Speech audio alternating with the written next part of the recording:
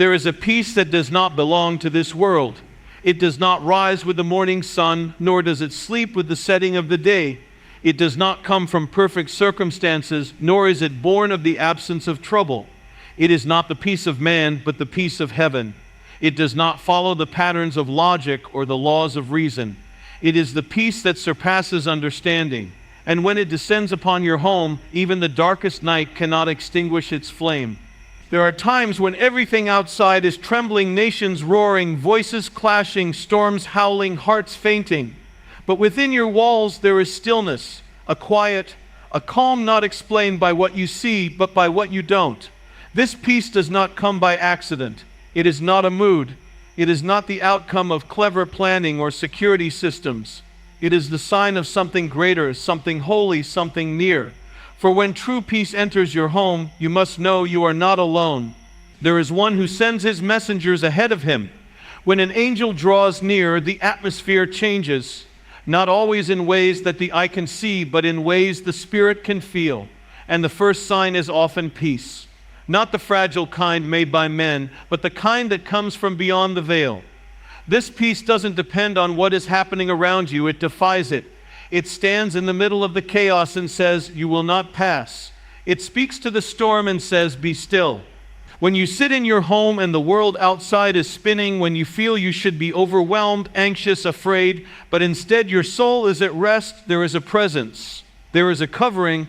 There is a visitation. That is not nothing. That is a sign. And if your eyes were opened, you would see that the room is not empty. You would see the form of the one sent to guard, to shield, to surround. For there are promises written in eternity that he shall command his angels concerning you, that they shall encamp around those who fear him, that they will bear you up. These are not poetic lines, they are realities. And when those promises manifest, the first thing you may feel is peace. A peace that settles over your home like a mantle, like a hand resting on your shoulder, like a breath from another realm. You may notice it most when you shouldn't. When the doctor's report comes and yet you're not shaken. When the job is lost and yet your heart is still. When the house shakes from the winds of life but the center holds. That is not your strength. That is not your mind playing tricks. That is the sign of a messenger near. That is the mark of the holy. You might not see a flaming sword. You may not hear a trumpet. But the presence is no less real. Heaven's peace is the evidence of heaven's nearness. It is the fingerprint left by the divine.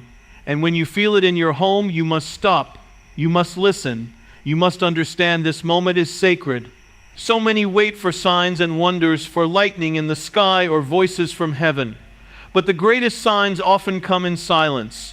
A peace so deep it silences fear. A calm so thick it becomes holy ground. This is the whisper of the eternal.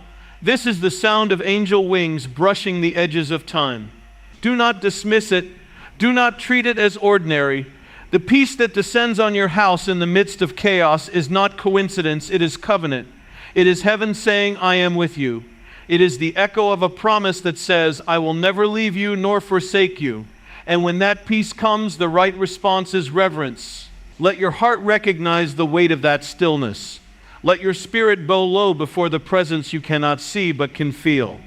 There are times when the most powerful move of God comes not in thunder, but in quiet. And it is in that quiet that angels draw near. Your home is not just walls and floors. It is an altar, a sanctuary, a place where the Spirit can dwell, where angels can walk, where heaven can touch earth.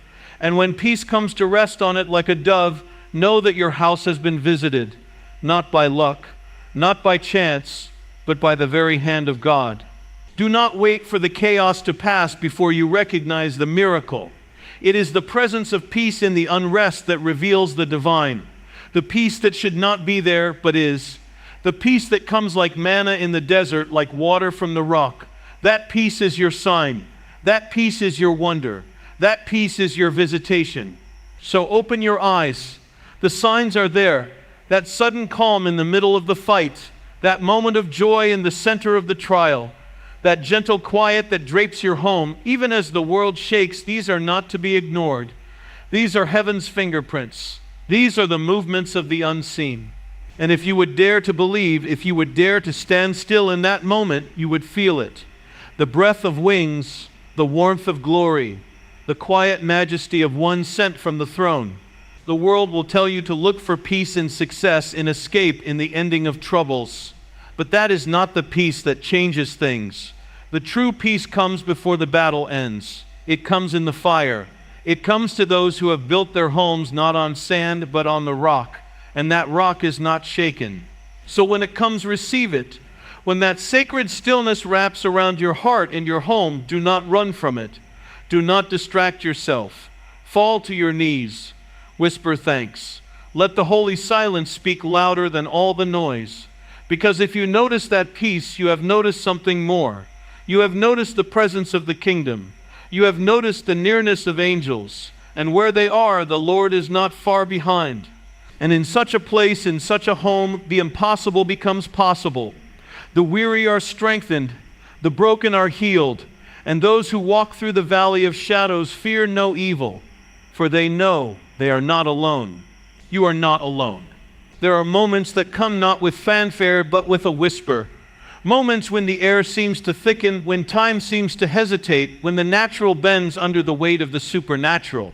It may come in a room filled with silence, or in a hallway lit by morning light. It may pass through the kitchen while you wash dishes, or settle over your shoulders as you sit alone in thought. Nothing visible changes. No trumpet sounds. But something is different. You look around, but no one is there.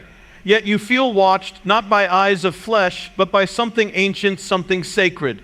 You feel the air shift. A breeze moves through the room, yet every door is closed. A sudden warmth touches your skin, though the heat is not from any fire.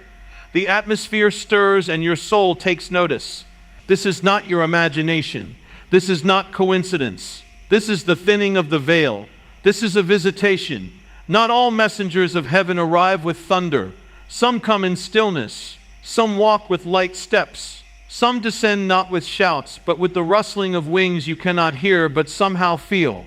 And if your heart is still, if your spirit is awake, you will know you are in the presence of something not of this world. The prophets of old knew this stirring. Moses felt it at the bush that burned but was not consumed. Elijah felt it in the still small voice after the whirlwind. Mary felt it when Gabriel entered her room and spoke of things no eye had seen and no ear had heard. And if heaven has not changed, then why should its signs? If angels walked then, why not now? And if they came to humble places then, why not your home? You think your house is too ordinary, your life too small, your days too quiet. But heaven is not drawn to grandeur. It is drawn to hunger. It is drawn to faith. It is drawn to those who look not with eyes of flesh, but with eyes of the heart. And when the heart is opened, the stirring comes. Have you felt it? That moment when the light shifts for no reason, when the shadows dance though nothing moved, when your skin tingles as if touched by the wind, though the air is still. That is not imagination, it is revelation, a glimpse behind the curtain, a ripple from the realm that never sleeps. You cannot command it, but you can receive it. You cannot force it, but you can recognize it. The stirring is a language. It speaks without words. It says, asterisk, pay attention. It says, asterisk, heaven is near. It says, asterisk, the natural is about to meet the divine. And if you answer it, if you pause, if you honor it, if you breathe in the moment, you may find that you have stepped into something sacred. There are places in the world where people have said, it felt holy here. That is not about geography. It is about glory. Glory that lingers, glory that descends, glory that leaves a trace. It may be for a moment. It may come like a whisper and vanish like a mist. But it is enough. Enough to remind you that you are not alone, that your home is not empty, that even in the most mundane places, angels walk. You were not made for the scene alone. There is a part of you that aches for what cannot be touched. It is the same part that knows when the room is still, but your soul is stirred. This is not nothing. This is asterisk something asterisk. This is heaven saying, asterisk, I see you. I am with you. I have sent my servant to your door. There is a purpose in every visitation, a reason behind every stirring. Sometimes it is protection, sometimes comfort, sometimes a message for your heart alone. And sometimes it is just to let you know that you are loved, that even in the silent corners of your life, you are not forgotten. Do not be so quick to dismiss the strange warmth, the quiet hush, the chill that dances on your skin in the absence of wind. These are signs, these are echoes, these are the breathings of the heavenly. You may be folding laundry or walking down the hall, and suddenly the weight of eternity brushes against your spirit. That is the sacred drawing near. Let the world call it chance. Let the skeptics call it nothing. But you know when something has touched you that is not from this world. And if you listen closely, the stirring will speak, not in sentences, but in knowing, not in logic, but in spirit. The ancients knew it. They built altars where the presence stirred. They named the place, for it was no longer common ground, it was holy. And if the Spirit can make a mountain burn and a desert bloom, then He can make your living room a sanctuary. He can make your hallway a holy path. He can turn your home into a place of visitation. But you must notice, you must not walk past it. Do not let the rush of life drown out the whisper of eternity. When the stirring comes, stop, acknowledge it, pray, worship, thank Him, sit in the stillness, and let your house be marked as a place where heaven visits. Because these are not just moments, they are invitations. Invitations to remember that the line between earth and heaven is thinner than we think, that angels still walk among us, that the glory still moves, that the voice still whispers, that the presence still stirs. And if you notice it, if you feel that unexplainable shift in the air, that quiet heaviness like a mantle being laid across your shoulders, then know, you have not imagined it. You have been visited. The unseen has drawn near. The eternal has brushed the temporal. The holy has stepped into your home. And in that moment, you are no longer standing in the ordinary. You are standing where the veil has parted, where light has touched earth, where heaven has walked through your door. So guard your home. Keep it holy. Welcome the stirring. For when it comes, an angel is near. There are moments in life when everything appears the same walls, same sounds, same rhythm of passing hours, and yet deep within something stirs, something ancient, something sacred. It comes without warning, without a voice shouting from the sky, but it is louder than thunder. It doesn't speak to your ears, but your very soul hears it. It is the awakening of the Spirit within you, and when it comes, nothing remains the same. You could be sitting in the quiet of your living room, the hum of the refrigerator, the tick of the clock, the faint sound of traffic beyond the window ordinary sounds. But suddenly the room feels different, heavier, holier, as though something invisible has stepped inside. Your heart quickens not from fear, but from recognition. Something has arrived, no, someone. Not a stranger, but a presence more familiar than your own breath. The Spirit within you begins to rise. It is not emotion. It is not fleeting. It is awakening. There is something in you that has been sleeping, not dead, but dormant. The world, with all its noise and distractions, lulled it into silence. The cares of life covered it like dust on a forgotten altar. But the stirring of heaven is powerful. It does not come to entertain you. It comes to call you. It comes to awaken the part of you that was born not for earth, but for eternity. You feel the sudden pull to pray. No one told you to. No one called you. Yet something in you bends toward the divine like a flower turns toward the sun. Your spirit begins to weep and you don't know why. Or perhaps you do. You weep because you're remembering something. Not with your mind, but your soul. You're remembering who you are, who you were always meant to be, and who has always been near. This awakening is not just a feeling, it is a meeting. It is the moment heaven touches your spirit and reminds it that it was never meant to sleep through life. It was never meant to just survive. It was meant to burn with holy fire, to see what others cannot see, to walk with the unseen, to be a dwelling place for the presence of God. When your spirit awakens, the ordinary becomes sacred. The home you live in becomes a sanctuary. The quiet moments become holy ground. You begin to feel that there is more to this life, more to your purpose, more to your story. The hunger is no longer for bread alone, but for righteousness, for revelation, for communion with the one who knit you together. You sense things, not with natural senses, but with your spirit. You begin to know when something is right or wrong, even if no one else sees it. You begin to feel the grief of heaven over things others celebrate. You begin to feel the joy of heaven over things the world overlooks. You are no longer asleep. You are awake. And it may not come with lightning or angels appearing in the room, though sometimes it does. Most often it comes gently, quietly, a whisper to your soul that becomes a shout to your destiny. A whisper that says, "Come higher." A whisper that says, "This is not the end." A whisper that says, "I am here." In those moments, you may begin to pray differently. Not out of duty, but out of hunger. You may begin to speak words you didn't plan. You may begin to weep, not out of sorrow, but from the weight of glory. Your spirit recognizes the nearness of the divine. And in that recognition, something deep breaks open, something that has been waiting for this moment all your life. This is what you were created for. This is why no success, no possession, no pleasure of the world ever truly satisfies. Because your spirit was not made to live without the presence. Your soul was not designed to be numb. It was crafted to burn. And when the presence comes near, the embers begin to glow again. The altar is restored. The inner sanctuary comes alive. The awakening may come through a song, a word, a moment of silence, or even through pain. Sometimes the crushing of life breaks the shell that holds your spirit captive, and in the breaking, the light comes in.